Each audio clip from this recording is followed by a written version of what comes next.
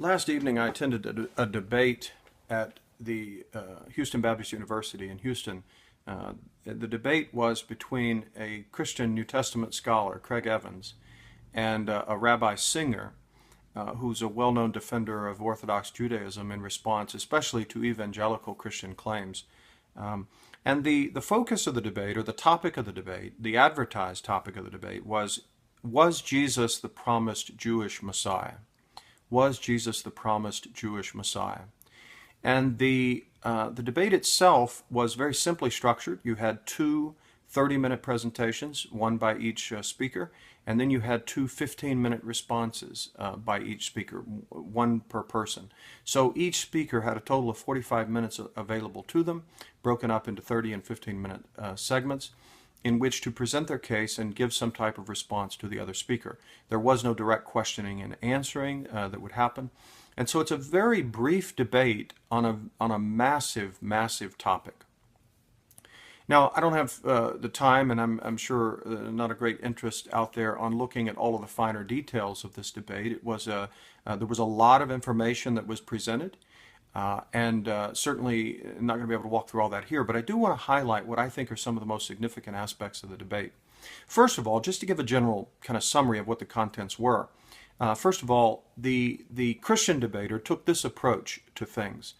His approach was to say that by documenting in Jewish history, especially based on the Dead Sea Scrolls, but not only the Dead Sea Scrolls, he wanted to show that the Jews themselves have variously interpreted the idea of the Messiah. So there is no one sort of standard view of the Messiah among the Jews, and they had identified, or at least certain Jews had proclaimed themselves to be Messiah at various points, so there were certain anticipations of the Messiah that varied or differed between different Jewish writers.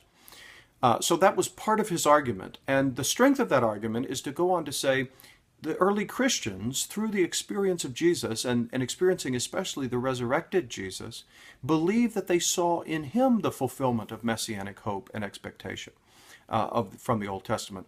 And so what Evans argues is that if Christians or Jews come to see Jesus as their Messiah, as the promised King of the Old Testament, if we look through Jesus to the Old Testament and see him there, does that in any way prove, or should we be treated, because we do accept Jesus as the fulfillment of the Old Testament scriptures, should we be accused with abandoning faithfulness to those Jewish scriptures?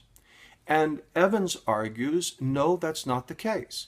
That you can legitimately and honestly and truthfully look at the Old Testament through the lens of the experience of the risen Jesus and find him there and read the Old Testament scriptures in light of him. That was essentially Evans' argument, and he did it through kind of a careful look at a number of different sort of textual foundations for different views of the Messiah. The rabbi's perspective, or his presentation, first of all focused on his own history of experiencing anti-Semitism or hatred of Jews, and the way that he had a certain perspective of Christians or non-Jews while he was growing up that was later challenged by his experience of some good Christians who truly loved Jews, in contrast to the ones that he grew up around.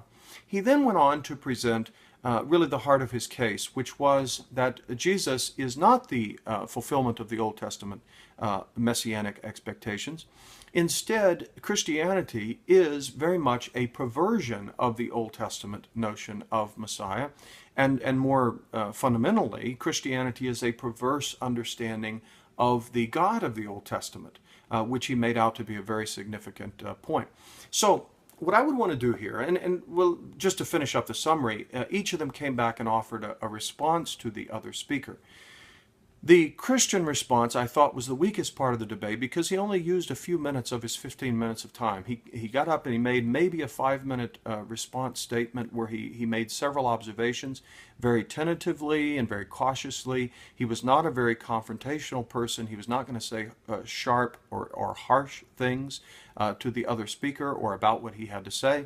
And so he was very mild and very gentle, but not very confrontational and debate-like in the sense of opposing sharply things that were said by the other speaker.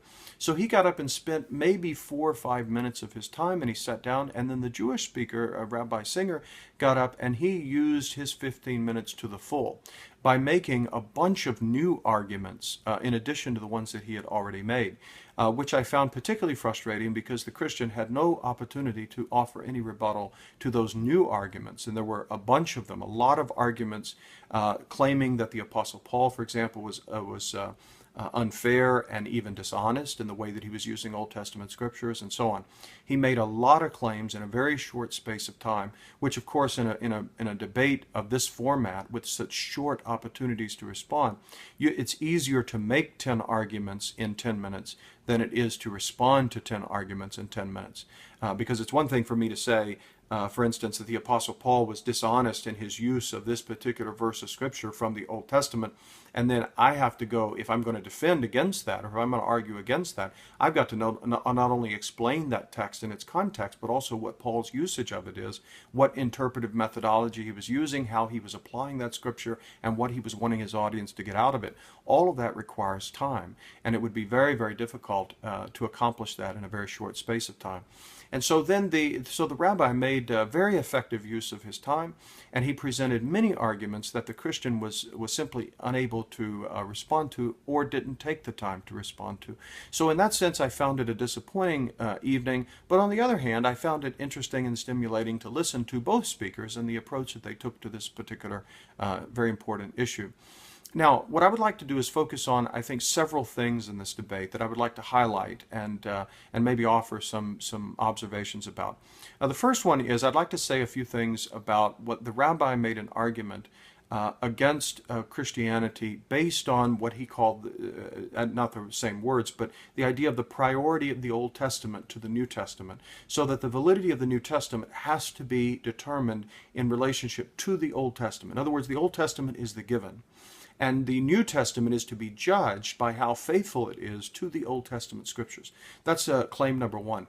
Number two, he also made some very sharp claims against the belief in the Trinity and the Incarnation, and claimed that these ideas, that Jesus is the Son of God, that he is the incarnation of the second person of the Blessed Trinity, and also the very notion of the Trinity, are notions that are fundamentally incompatible with the Old Testament scriptures.